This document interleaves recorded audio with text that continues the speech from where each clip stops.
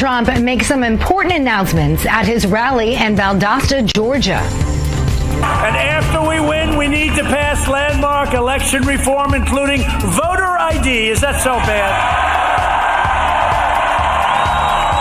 Residency verification, like we live in the country. Plus, our bipartisan panel tackles the Georgia runoffs, COVID restrictions, and so much more. And later, San Diego schools are asking white teachers to admit their races as part of a school district's new white privilege training program.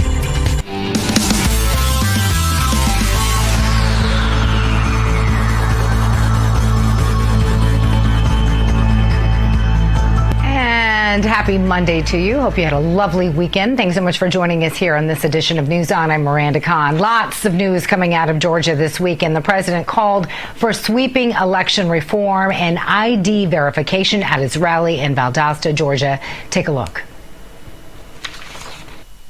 And after we win, we need to pass landmark election reform, including voter ID. Is that so bad? Residency verification, like we live in the country, we live in the state. Citizenship confirmation. They want to say, oh, he doesn't have to be a citizen. You got to see what's voting. They're not citizens. You're a citizen? No, I'm not a citizen. You speak English? No, no English. Speak no English. Oh, you're voting. Yeah. What? This is the craziest thing. You know, the Democrat National Committee had their convention. And they had a picture. You couldn't get in unless you had a picture. You had a photo ID. But when it comes to the most important thing, voting, they don't want to do it. And they know. They know exactly. Also in Georgia, Governor Brian Kemp issued a joint statement last night saying it would be a violation of state law for him to call a special session of the legislature to overturn his state's election. Joining us live now is Real America's Voice contributor Heather Mullins to give us some more insight as to what happened in Georgia this weekend and what we can expect in the days ahead. Heather, I want to start with the governor's statement.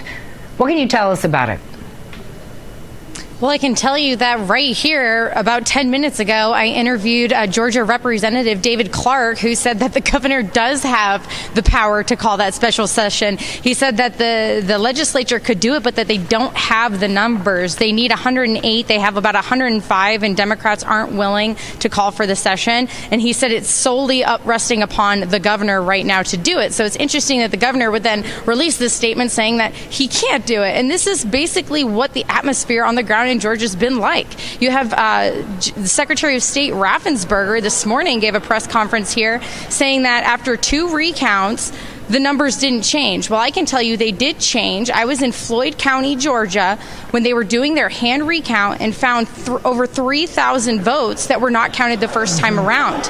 Now, I have the official election report from the election board showing the numbers before and the numbers after. So why is the Secretary of State here giving these statements saying that after 2 recounts, nothing changed? That's not true. And he should authorize this forensic audit of the signatures. That's what Representative David Clark, who just was speaking here, was calling for, with a bunch of veterans saying, hey, they fought for this country. There's things that aren't adding up. We demand an independent investigation. So if the Secretary of State is so convinced nothing bad happened, then move forward with the investigation, because it'll prove that, or it won't. Well, yeah, you bring up an interesting point. So last week when we had you on the air, at that time, the governor had said that he thought there should be a signature audit. And that was something that it seemed that the Secretary of State would have to actually officially order for one. It sounded like the governor was on page for this. What happened? What changed from now until then?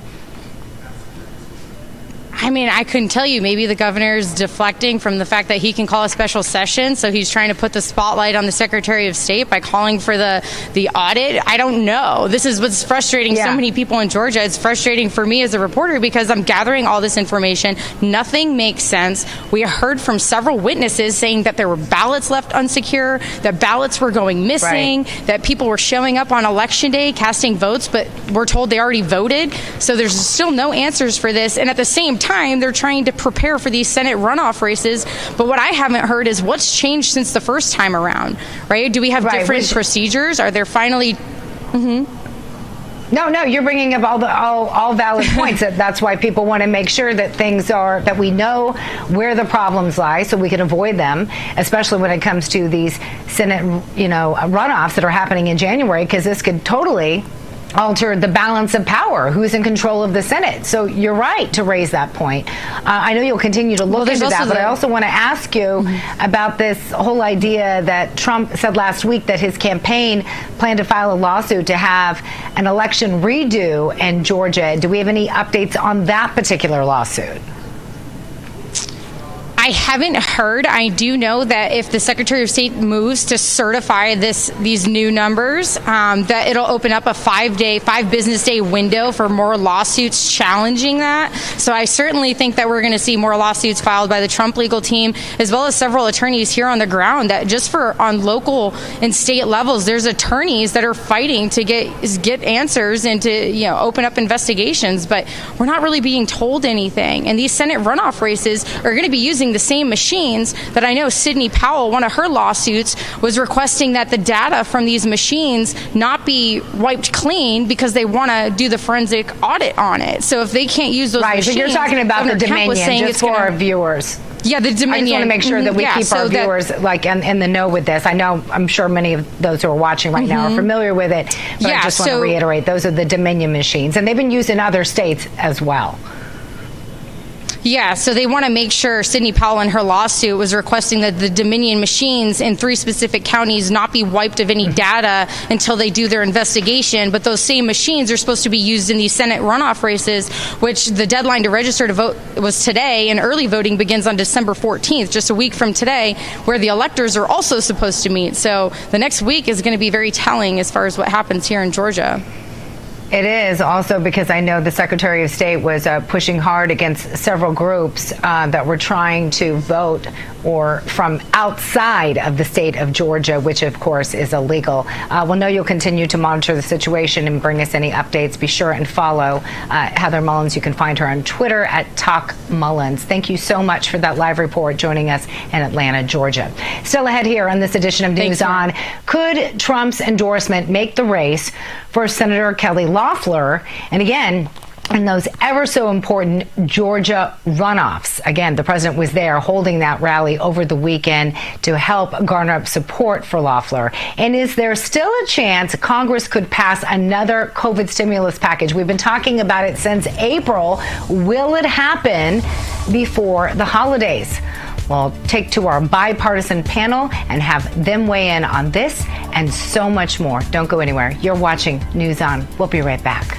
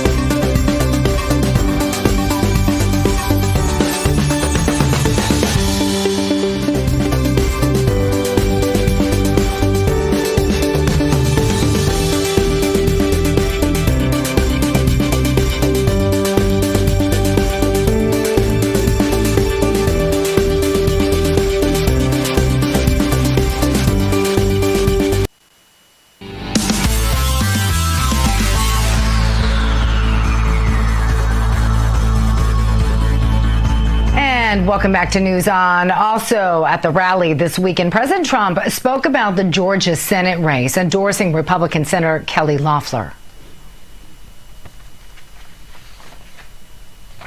And after we win, we need to pass landmark election reform, including voter ID. Is that so bad? Residency verification, like we live in the country, we live in the state. Citizenship confirmation. They want to say, oh, he doesn't have to be a citizen. You got to see what's voting. They're not citizens. You're a citizen? No, I'm not citizen. You speak English? No English. Speak no English. Oh, you're voting? Yeah. What? This is the craziest thing. You know, the Democrat National Committee had their convention, and they had a picture. You couldn't get in unless you had a picture. You had a photo ID. But when it comes to the most important thing, voting, they don't want to do it. And they know. They know exactly. And Senator Loeffler declined to acknowledge Democratic presidential candidate Joe Biden as president-elect during a debate last night with her Democratic challenger, Raphael Warnock. This comes ahead of Georgia's upcoming runoff election in January. Loeffler said President Trump, quote, has every right to legal recourse amid contested election results and unresolved legal challenges. Joining us live now to weigh in on this and so much more is media and communications strategist and founder and CEO of Rebel Communications, Laura Fink. Also with us, host of the John Fredericks Radio Network, which we simulcast on, John Fredericks. Thank you so much for joining us. Good to see you. Good to be here. Thanks for being here. So, John, I want to start with you with those ever so important runoffs in Georgia. They are so close at the moment. In fact, you're there right now. Do you believe a Trump endorsement could hurt or actually help Senator Loeffler, and why? Well, without it, they're going to lose. And if the election were held today, both of them would lose. That's the reality on the ground. 15 to 20% of Trump voters in rural Georgia, where he had the biggest majorities, are simply not going to turn out on January 5th until they see action on the November 3rd election, because they simply think it's going to get stolen again. And David Perdue and Kelly Loeffler, up until today, Loeffler has not even addressed this issue. I'm just giving you the reality on the ground. Mitch McConnell doesn't want to deal with it. The ridiculous loser Republican consultants in Washington, D.C. are out of touch. You were at that rally. When I was at that rally on Saturday night, over 20,000 people there in Valdosta. The biggest story that came out of it, no one reported.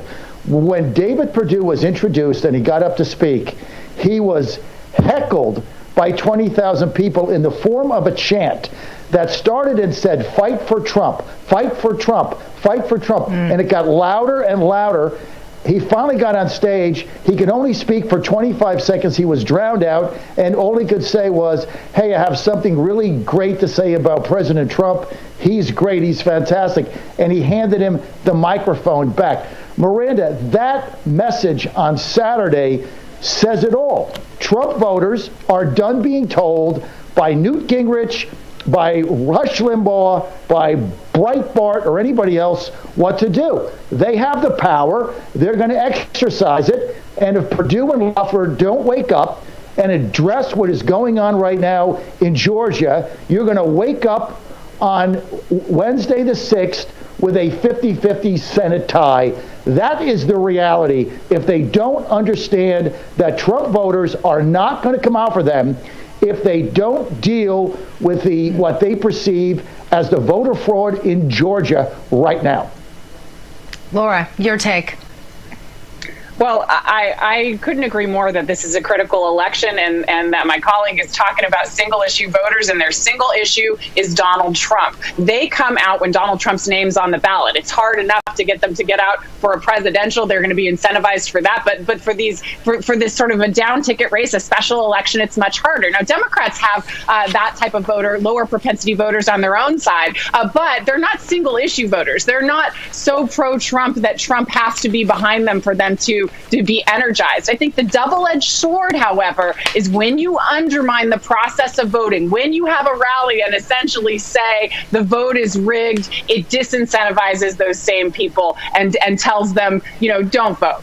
don't bother coming because your vote won't matter. And when you do that, that advantages Team Democrat. And that advantages Reverend Warnock. It advantages John Ossoff as they work. And make no mistake, Democrats are the underdogs in this race. Not only do they have to run the table and win both seats to take the Senate, they also have to do it in an environment where Republicans normally show up more. Higher propensity Republicans in Georgia show up more to those special elections. That means the Democrats have to have a stronger ground game. I would say the conversation and this conversation about so-called voter fraud advantages Team Democrat. So I would say keep having it because ultimately when you undermine confidence in the election, it's not good because then your side and your team and the voters that you want aren't going to show up and vote because they don't believe it.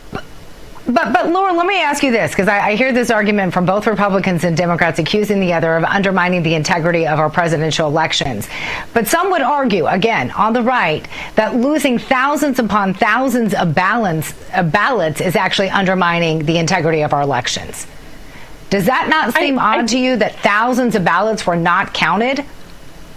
You know, what seems odd to me is holding on to a claim that fails to be proven in court. So we've got, 50 cases that have come forward. 30 of them have been dismissed, 5 just on Friday. An embarrassing lack of evidence when people are walking into those courtrooms. And judges who are no liberals are coming down and saying, where are your receipts? And so far, Sidney Powell, Rudy Giuliani, and all of the claims being made are not moving forward because they do not have the evidence. They have a lot of claims, but they don't actually have evidence. And that's not going to hold up in court. And so ultimately, by continuing to do that, it may benefit Trump's 2024 relevance, but it doesn't help those 2 senators on the ballot in Georgia. And ultimately, I don't think it helps Republicans overall because you've got to make sure you can back up what you're claiming in court. Anybody with $15 and a pencil can file a lawsuit, but it takes more to actually move forward and prove that what you're claiming is true.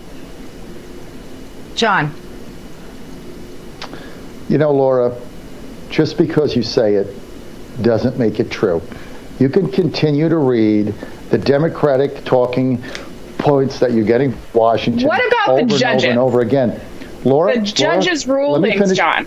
Laura, I will, Laura, but the judges, not Democratic Laura, talking head.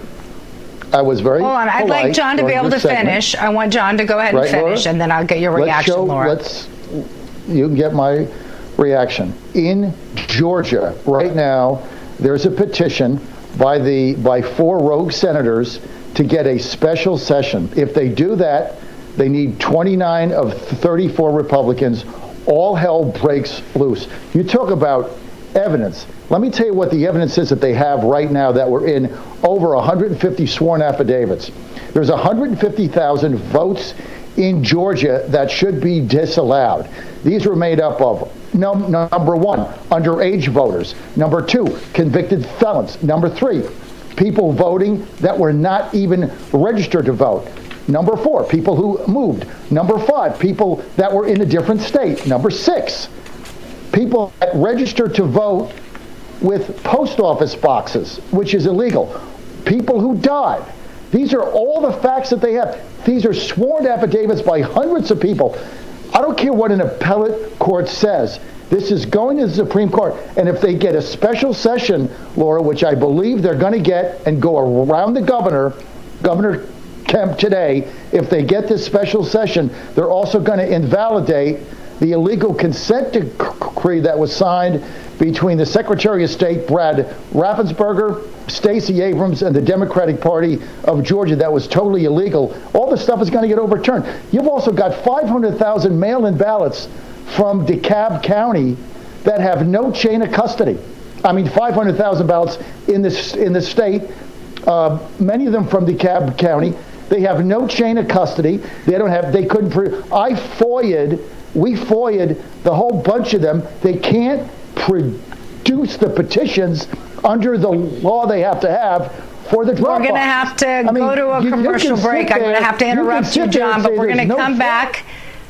We're going to come back after the break. I got to go, guys, but we're going to stick around because coming up after the break, I'm going to let John finish what he had to say, and then, Laura, I'm going to get your reaction on that. You're watching News On. We'll be right back.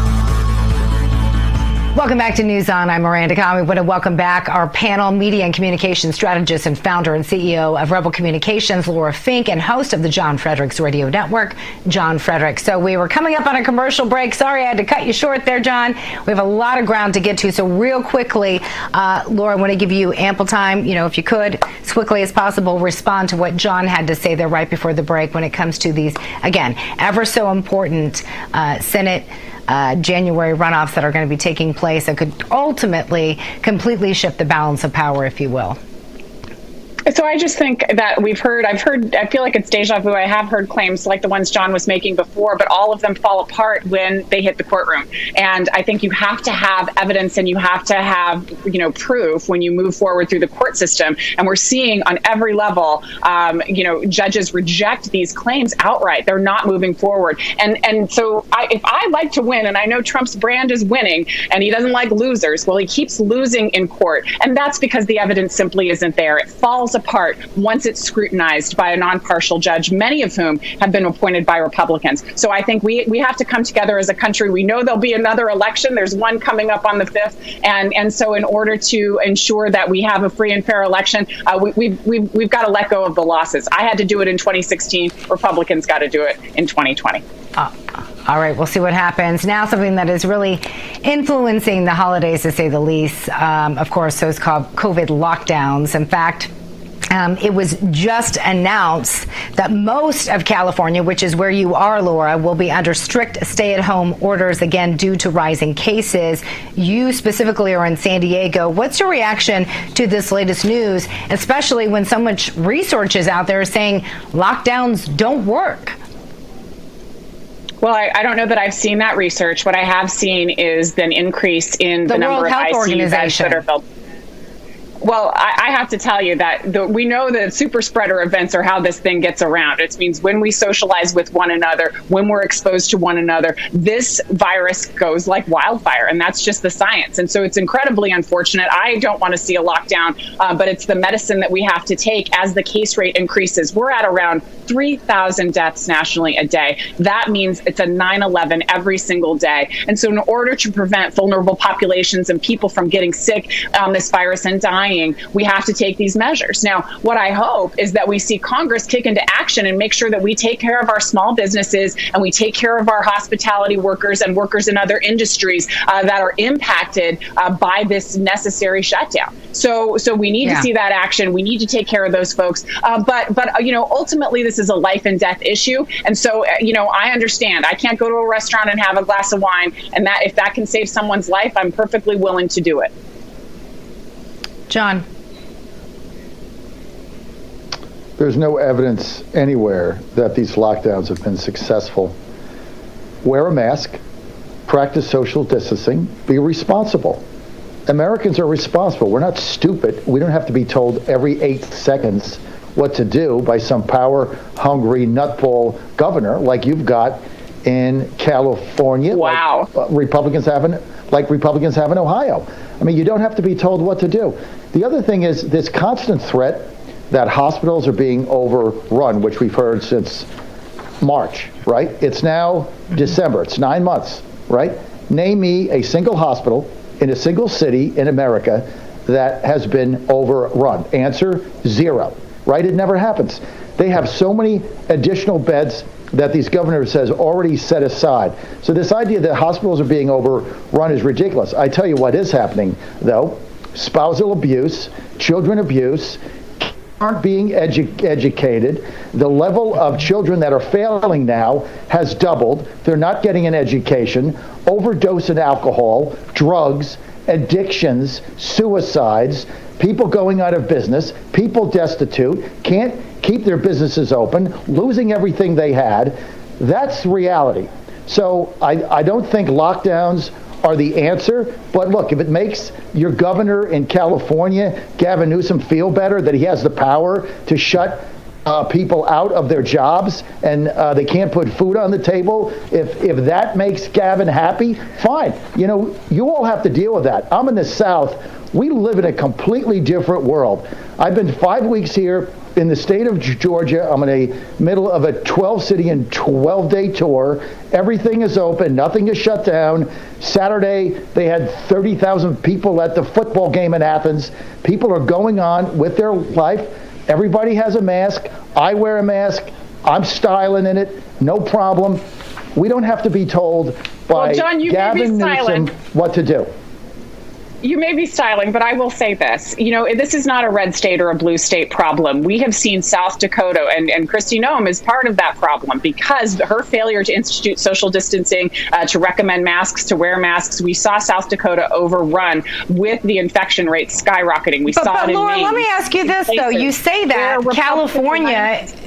You have it in California. You have it in New York. Those have had rising cases. And Miranda, I totally agree. And that's the point. This is not a red state or a blue state issue. You have got to follow the science. And we know Americans trust scientists. They trust Dr. Fauci. They trust those recommendations. And these shutdowns are being done at the direction of science. That's why you have somebody like Mike DeWine that agrees with Gavin Newsom on about exactly two things. And this is one of them, following the science. Really important because I agree with John, we can come together and it sounds like we're debating on the science. And it's important to do I want to make sure that we get to this other topic, though, because we're running against the clock here.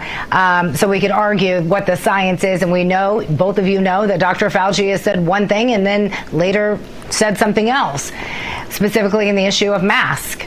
But I do want to talk about this other story that's making headlines in your home state of California, Laura, if I can.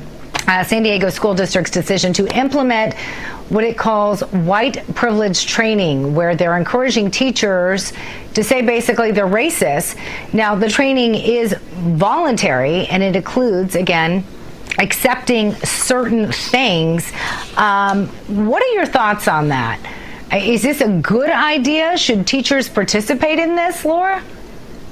So it's an interesting frame, but this is anti-racism training. And so I don't understand that headline really, but we've got a situation where we're an urban school district. And so the minority school district, a majority of the students are students of color and a majority of the teachers are white, which means they come from different backgrounds and different places. And so this voluntary training I think is great because, I once heard someone say that structural racism is like, it's a world where we know our world is built for right-handers. If you're a left-hander, you're kind of the odd person out. You don't always have a pair of scissors, and you recognize and can see the areas in which the world is built differently. Now, that may not matter when it's just a pair of scissors, but I want you to think about for a moment. I'll just finish. I want you to think about for a moment what happens when you're handed a right-handed shotgun. When you're handed a right-handed shotgun, then the hot bullet casings come up and might hit you.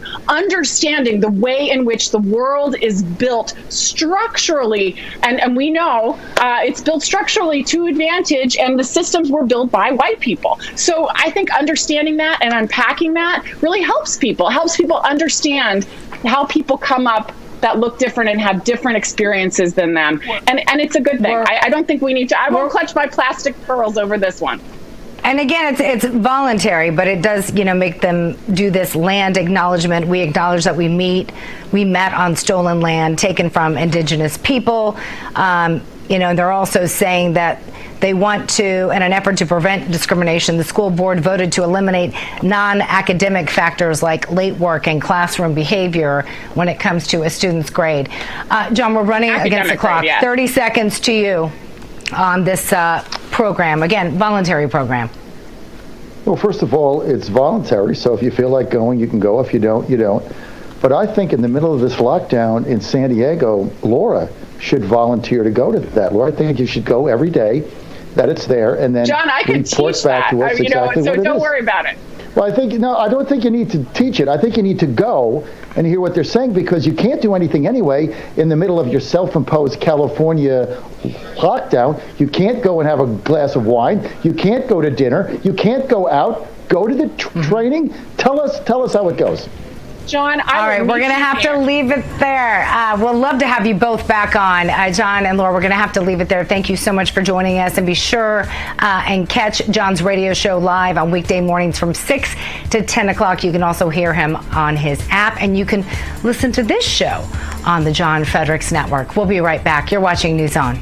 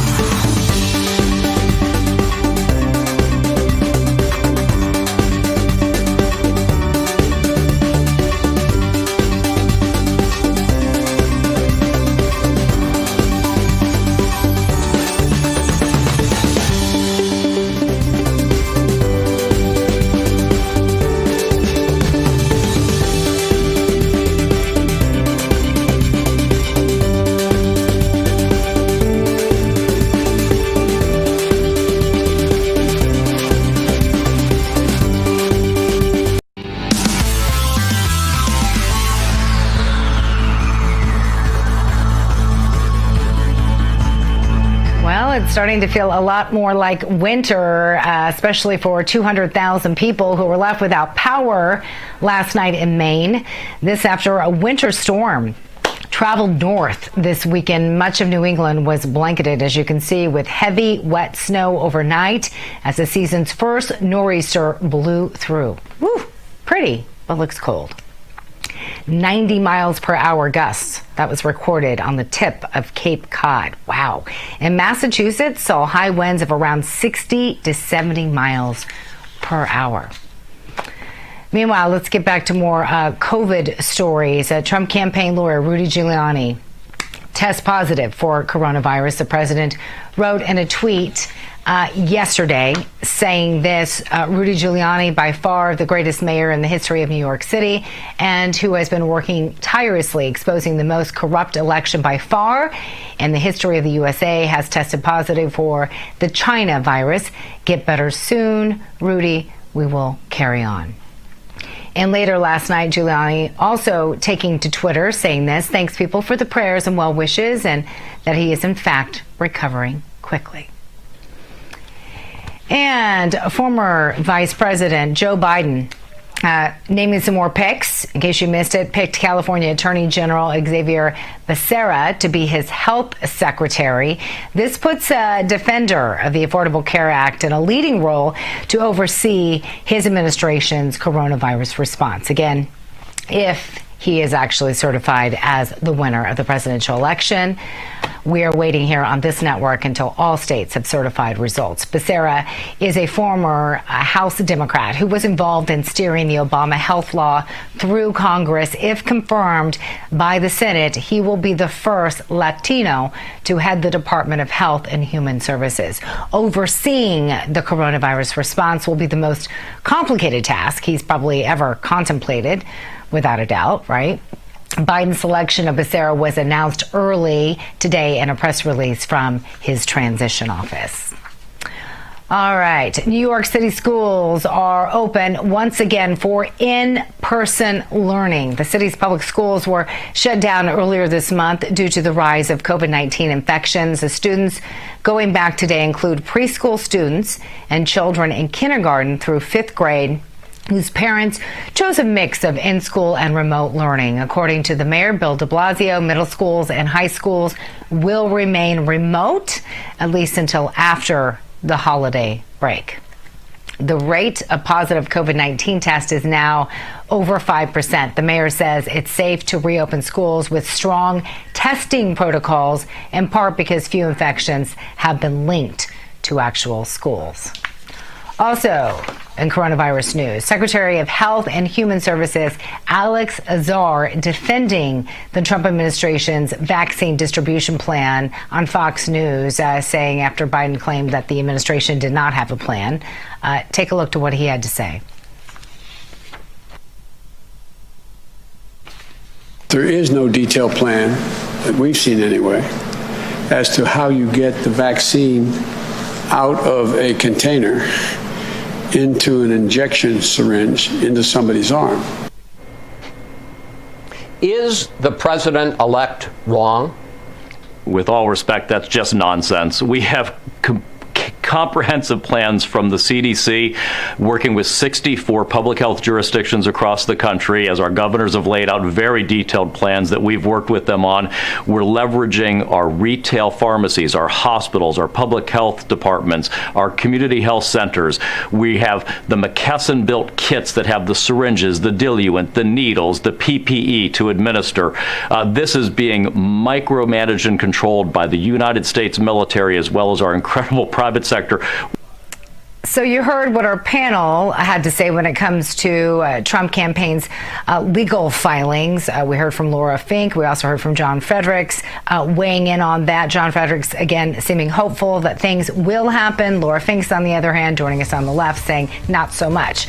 Coming up, we're going to share what you think, your voice. It's the most important voice you'll hear on this show, and we're going to share that coming up. Plus, a new question of the day and where you can find us. You're watching News On. We'll be right back.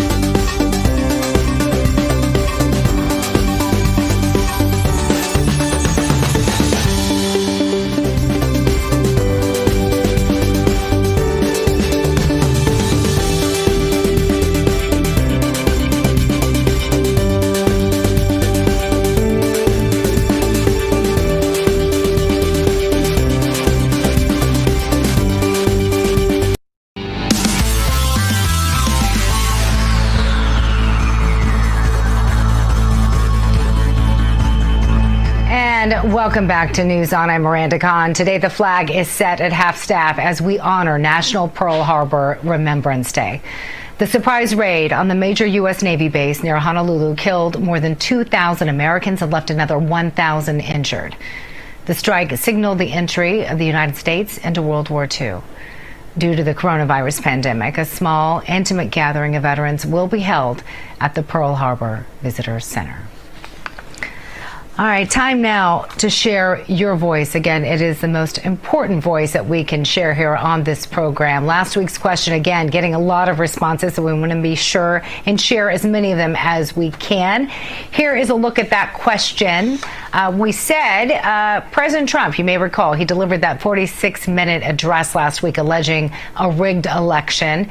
So we asked you, should the Department of Justice investigate claims of election fraud, and would it help restore voter confidence regardless of what that investigation uncovers?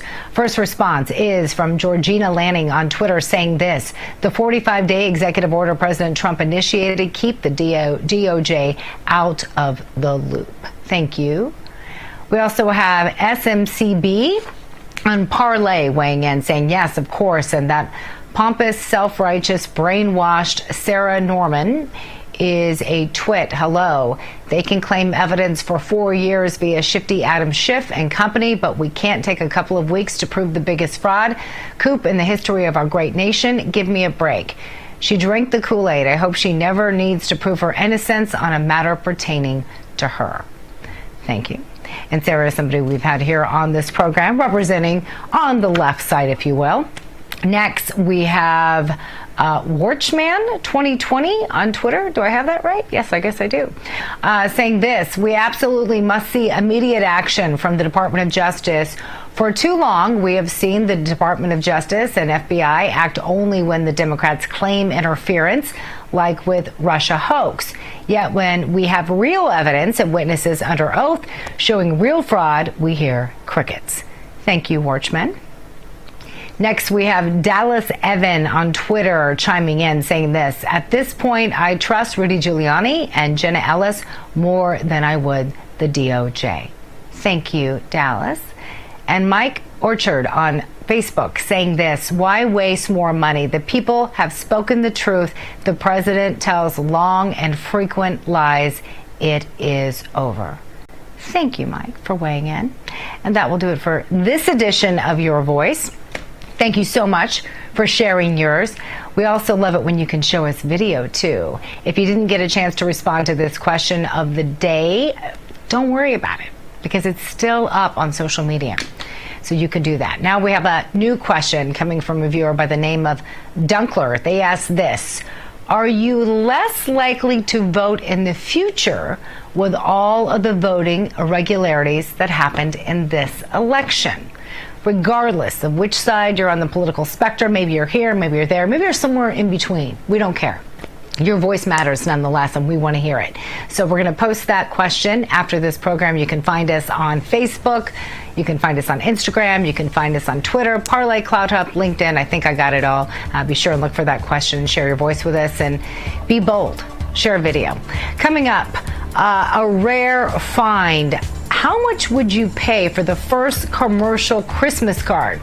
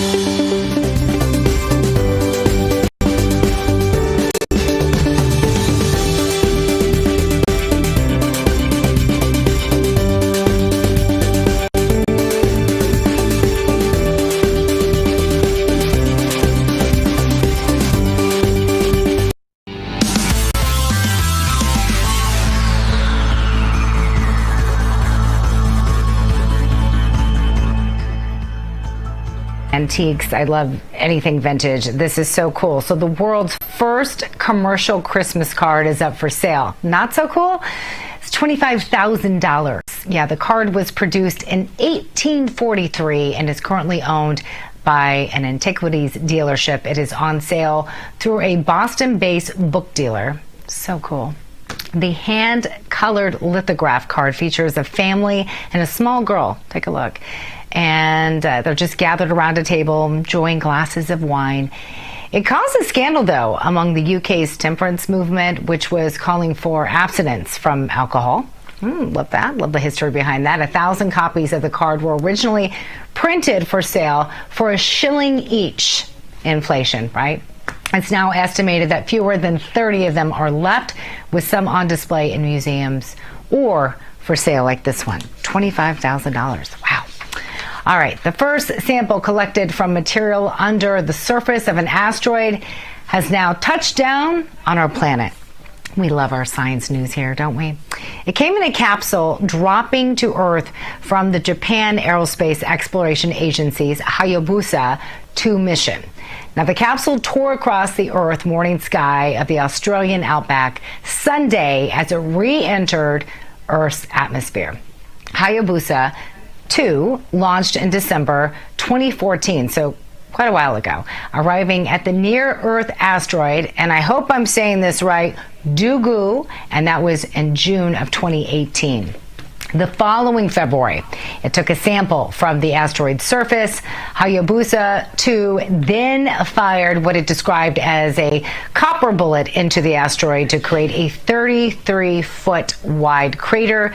The spacecraft took a sample from the crater back in July 2019, and then it journeyed back to Earth. Hayabusa 2 will now continue visiting more asteroids. Scientists believe asteroids like Ryugu hold the key to what made Earth able to support life. Actually, that's Dugu. I'll get it right eventually. Fairy floss, sponge sugar, or cotton candy. Don't you love it? Yeah, whatever you call it, December 7th pays tribute to this very popular sugary treat. Like, that makes my teeth hurt just looking at it. It's been around, believe it or not, since the 1400s. That's so cool. And it was documented in Europe in the 18th century. I had no idea. Back then, it was expensive and labor-intensive to heat and spin this sugar. Then a confectioner and a dentist, I love that, a dentist of all people, invented the cotton candy machine. That was so he could stay in business, which they unveiled that during the 1904 World's Fair. Oh my God, there's some serious cavities after that. Hawaii wants people to move to Aloha State to work, live, and play. So maybe you've been thinking about relocating. Not a bad place to be, right? Yeah, well, they want you to do it. They're offering free round-trip plane tickets in order to make it happen and discounted hotel stays to persuade you to come there.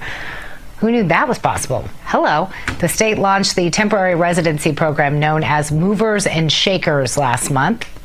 Hawaii wants out-of-state remote workers who will live and work there for at least 30 days while contributing to the state's economy. Initially, only 50 people will be chosen, and then applicants will be accepted on a rolling basis.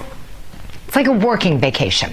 The program is accepting its first group of applicants until December 15th. So, you better act fast. To apply, you must be a remote worker and at least 18 years old. But not bad, right? I mean, free plane tickets and discounted hotel room to work and live in Hawaii?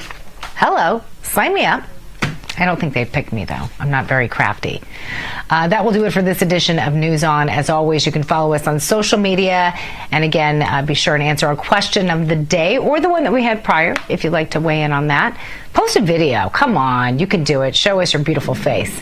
Again, you'll find us on Facebook, Instagram, LinkedIn. Did I mention them all? Parlay, Cloud Hub. Yeah, I think I got them all. You can also join our community platform on our website at americasvoice.news. That will do it for us. We're going to see you back here noon Eastern. And again, you can always tune in to us. We simulcast on John Frederick's Radio Network. Stay tuned. America's Voice Live is next. See you here tomorrow. Bye.